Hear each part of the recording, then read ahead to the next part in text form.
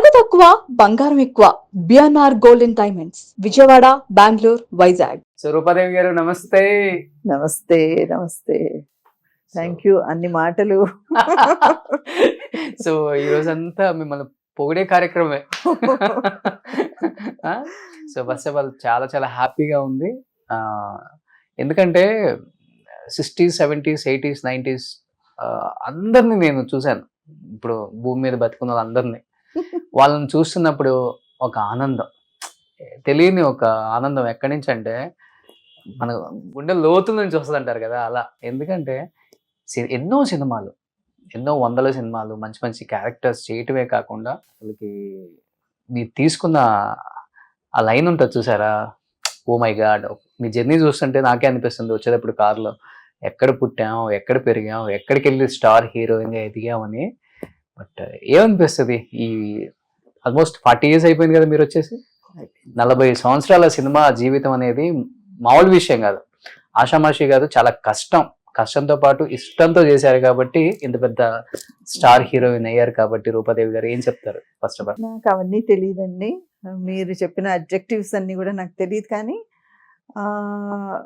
ఎక్కడో ఒక దగ్గర దేవుడు చల్లగా చూశాడు. మెయిన్ అంటే మనం ఒక కృషికి ఫలితం ఉంటుందని అంటారు కదా, అది ఒట్టి మాట కాదు అని అనిపిస్తుంది. ఎప్పుడు నేను ఏది చేసినా ఏం చేసినా సరే నా ఫుల్ కాన్సన్ట్రేషన్, ఫుల్ ఇష్టంతో 90% ఆఫ్ ద వర్క్. అప్పుడప్పుడు వస్తాయి మనకి ఇష్టం లేని వర్క్ కూడా చేయాల్సి వచ్చే సందర్భాలు ఉంటాయి అనుకోండి. అది కాకుండా ఎక్కువగా అన్నీ చేసేయాలి, ఎక్కడికో వెళ్ళిపోవాలి, నేను హిట్లు కొట్టేయాలి, అలాంటి ఎప్పుడు తాపత్రయం లేకుండా ఒక డైరెక్టర్ వచ్చి ఒక స్టోరీ చెప్పినప్పుడు అయ్యో ఇది బాగుంది, ఇది మనం చేద్దాం అన్న ఒక ఆతృతతోటే అన్నీ నేను జనరల్గా ఒప్పుకోవడం జరిగింది. అవి సక్సెస్ అయ్యేసరికి అదొక చాలా ఆనందంగా ఉంటుంది.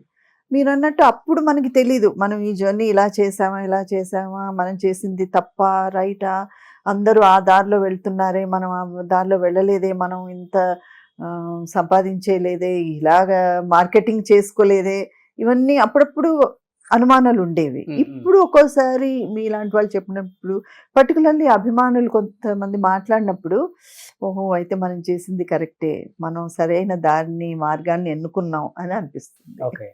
ఎందుకంటే ఇప్పుడు మీరు అలా కాలు మీద కాలు వేసుకొని అలా పింక్ సారీ కట్టుకొని ఉంటే అంటే చెప్తున్నాను, నాకు మిర్చి సినిమాలో నదియా గారు, అత్తారింటి దారిలో నదియా గారు, అరే మన తెలుగులో ఉన్న రూపాదేవి గారిని ఇలాంటి క్యారెక్టర్స్ లో చూడొచ్చు కదా మనం. అంటే ఆమెను పెట్టుకున్నంత కాదు నేను చెప్తుంది, ఇలాంటి క్యారెక్టర్లలో ఇంత అందంగా మన తెలుగుగా ఉన్నప్పుడు మన డైరెక్టర్స్ కనిపించలేదా అనిపిస్తుంది నాకు. ఎవడన్నా మీకు అలాంటి సినిమాలు చూసినప్పుడు అంత స్టైలిష్ మదర్, స్టైలిష్ అత్త అంటే మీరు గుర్తొచ్చేస్తారు. మళ్ళీ థ్యాంక్స్. నాకు అనిపించదు, అంటే ఆ డైరెక్టర్ గారికి ఆ టైంలో అది గుర్తు రావాలి, వాళ్ళకి అనిపించాలి కదా. మనకి ఇంకటి ఎన్నో ప్రయారిటీస్ ఉంటాయి, వాళ్ళకు కూడా ఎన్నో పారామీటర్స్ ఉంటాయి. ఆ టైంలో వాళ్ళకి నా ఈ రోల్కు ఈ పర్టికులర్ ఆర్టిస్ట్ యాడ్ చేస్తారు అని అనిపించాలి. కొంచెం నసీబ్ కూడా ఉంటుంది. అంటే మీరు కూడా సెలెక్టెడ్ గా చూసుకుంటారు కదా, చూస్ చేసుకుంటారు. ఓకే నేను ఇదే చేయాలి 90% అండి. ఎందుకంటే అన్ని చూస్ చేసుకోవడానికి ఉండదు. ఒక్కోసారి ఫ్రెండ్షిప్లు ఉంటాయి, ఒక్కోసారి తెలీదు ఎలా అది ఫైనలీ వర్కౌట్ అవుతున్నదని తెలీదు, అలాంటివి కూడా ఉంటాయి. ఒక్కోసారి కొన్ని జరుగుతాయి. ఓకే. అదర్వైజ్ మీరు ఫస్ట్ చేసిన తమిళ సినిమా 365 days ఆడింది. 365 శంకర్ గారు కొత్త ఆర్టిస్ట్, ఆయన కూడా అప్పుడే వచ్చారు. అందరం కొత్త వాళ్ళే. సో ఒక ట్రెండ్ సెట్ చేసిందని చెప్పుకోవచ్చు అప్పుడు. చాలా ఇప్పటికీ నాకు అసలు మొన్న ఈ మధ్య కూడా ఎవరో కలిసినప్పుడు అబ్బాయి తమిళ, ఇక్కడ తెలుగు అమ్మాయిని చేసుకొని ఇక్కడికి వచ్చాడనమాట. మాకు తెలుసు ఏదో పార్టీలో వెళ్తే ఇంకా సంతోషమైపోయి నా పాటలన్నీ పాడేస్తుంటే నాకైతే అసలు అవునా, నాకు ఇంత పాపులారిటీ ఉండిందా అని ఇప్పుడు కూడా అనిపిస్తుంది. ఇన్నేళ్ల తర్వాత అబ్బాయి అసలు ఆ ఏజ్లో మేబీ టీనేజర్ అయి ఉంటాడు. అది సూపర్ హిట్ సినిమా కాబట్టి, అది లవ్ స్టోరీ. సో అది కూడా చాలా పాటలు, అన్ని పాపులర్ పాటలు అనమాట. And it was a Nishi character for me, different character. అసలు చాలా హ్యాపీగా ఫీల్ అవ్వచ్చు, అరే నేను చేశాను ఆ క్యారెక్టర్, గర్వంగా చెప్పుకోవచ్చు అలాంటి క్యారెక్టర్. అసలు 365 days ఆడిన సినిమాలు ఎన్ని జనరేషన్స్ మారినా గుర్తుపెట్టుకోగలం. ఇప్పుడు టి రాజేంద్ర గారు ప్రేమ సాగరం తీశారు, అవును. తమిళ్లో పెద్ద హిట్, తెలుగులో పెద్ద హిట్ నల్లి గారు. ఇప్పటికి ఆ సాంగ్స్ చూసినప్పుడు అమ్మో అనిపిస్తుంది. అట్లానే మీది కూడా అంతే. అవునండి. అందులో తమాషా ఏంటంటే అందులో 10-11 సాంగ్స్ ఉంటాయి, 9-10 సాంగ్స్ ఉంటాయి, ఒక 2 బ్యాక్గ్రౌండ్, అన్ని మేల్ వాయిస్ లోనే ఉంటాయి, ఓకే. ఫీమేల్ వాయిసే లేదు. ఆయన అన్నిట్లో నేను పార్ట్ ఆఫ్ ఇది ఉంటాను. నన్ను చూసినప్పుడల్లా ఆ పాటలన్నీ పాడతారు జనం.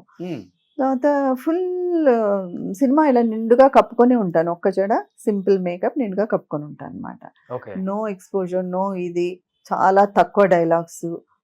అలాంటి అంటే స్టోరీ వాల్యూ, స్టోరీలో ఉన్న బలం, ఒక్కొక్క క్యారెక్టరైజేషన్ వాళ్ళు తీసుకొచ్చిన తీరు. నాకు అంటే నా స్వతహాగా అనిపించేది అంటే, నేను డైరెక్షన్ గురించి మాట్లాడడం అని కాదు, ఎప్పుడు సినిమాలో ఒకటో రెండో క్యారెక్టర్స్ హీరో హీరోయినే బాగుంటే సినిమా ఆడుతుందని అనుకోకూడదు మనం. మిగతా ఇంకొక కొన్ని బలమైన క్యారెక్టర్స్, బలమైన సన్నివేశాలు కూడా ఉండాలనిపిస్తుంది. అలాంటివి ప్రతి ఒక్కొక్క క్యారెక్టర్ అంటే ఇది కాలేజ్ గోయింగ్ స్టూడెంట్స్ అన్నమాట స్టోరీ. అలా 4-5 క్యారెక్టర్ అలా లేస్తాయి అనమాట. అది అయిన తర్వాత అలాగే ఒక కామెడీ, ఒక అబ్బాయి పెద్ద ఫేమస్ అయిపోయాడు, ఇంకొక అబ్బాయి హీరో అయిపోయాడు, ఇంకొక అబ్బాయి విలన్ అయిపోయాడు. అఫ్ కోర్స్ నా ఫ్రెండ్ క్యారెక్టర్ చేసిన ఉషాని రాజేంద్ర గారు పెళ్లి చేసేసుకున్నారు అనుకోండి, అందుకని ఆవిడ చేయలేదు. సో ఆవిడ క్యారెక్టర్ చాలా బాగుంది. అలా అందరం అన్ని క్యారెక్టర్స్ మంచి క్యారెక్టర్స్ ఉన్నాయి ఆ సినిమాలో. అంటే ఇప్పుడు ఆ టైంలో మీరు బిజీగా ఉండి తెలుగులో చేయలేకపోయారా, లేకపోతే తెలుగులో ఆఫర్స్ తక్కువ అయ్యి కన్నడ ఇండస్ట్రీకి వెళ్ళాల్సి వచ్చింది అసలు? రెండు అండి, రెండు. ఎలాగంటే అప్పుడు మంచి గ్లామరస్ హీరోయిన్స్ ఉన్న కాలం, శ్రీదేవి గారు అనుకోండి, జయప్రద గారు అనుకోండి, జయసుధ గారు అనుకోండి, అంత గ్లామరస్ గా నేను ఉండేదాన్ని కాదు, నా క్యారెక్టర్స్ కూడా అలా ప్రొజెక్ట్ అయ్యేవి కాదు. సో నాకు తెలుగులో చాలా తక్కువ ఆఫర్స్ వచ్చింది. సో నేను అప్పుడు ఇండస్ట్రీ ఎక్కువ చెన్నైలో కూడా ఉండేది. సో మలయాళము, కన్నడ, తమిళ్ అన్ని రకరకాలు చేసేసాను. So I was happy. నాకు తెలుగు రాలేదే అని కూడా నేను బాధపడలేదు, వచ్చినవేవో చేశాను.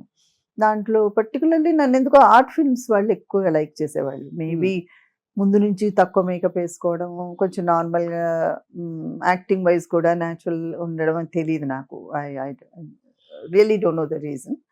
తెలుగులో దాసి, రంగుల కళ లాంటి మంచి ఆర్ట్ ఫిల్మ్స్ లాంటివి అవన్నీ చేశాను. బట్ జయసుధ గారు ఎక్కడ గ్లామరస్ క్యారెక్టర్స్ చేయలేదు కదా, ఆ టైంలో తక్కువే కదా, చీర కట్టుకున్న క్యారెక్టర్స్ చేశారు. ఆయన కూడా she's in my eyes she's a beautiful girl and glamorous girl. అలాగంటే కొంచెం ఎక్కువ మాస్ టైప్ గానే ఉండేవి అప్పుడు ఫిలిమ్స్.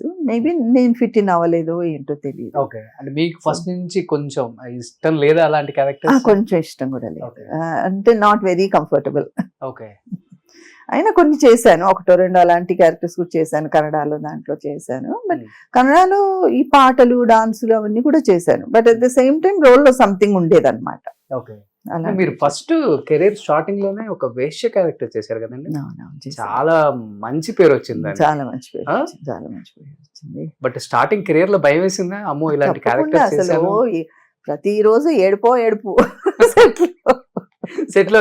సెట్ లో ప్రతిరోజు డైరెక్టర్ వాళ్ళు వచ్చి ఎందుకన్నా ఈ అమ్మాయిని తీసుకున్నాం అని మనసులో అనుకొని బయటికి, అమ్మ తల్లి ఇదేం అలా కనపడదు, ఇలా కనపడదు, ఈ దీంట్లో చాలా డెప్త్ ఉంది రోల్లో అని చెప్పి బతిమలాడి చేసి అలా నడిపారు ఆ సినిమా. అలా అదొకటి. సుమన్ టీవీలో మీ పర్సనల్ అండ్ బిజినెస్ ప్రమోషన్స్ కోసం కింది నెంబర్కి కాంటాక్ట్ చేయండి.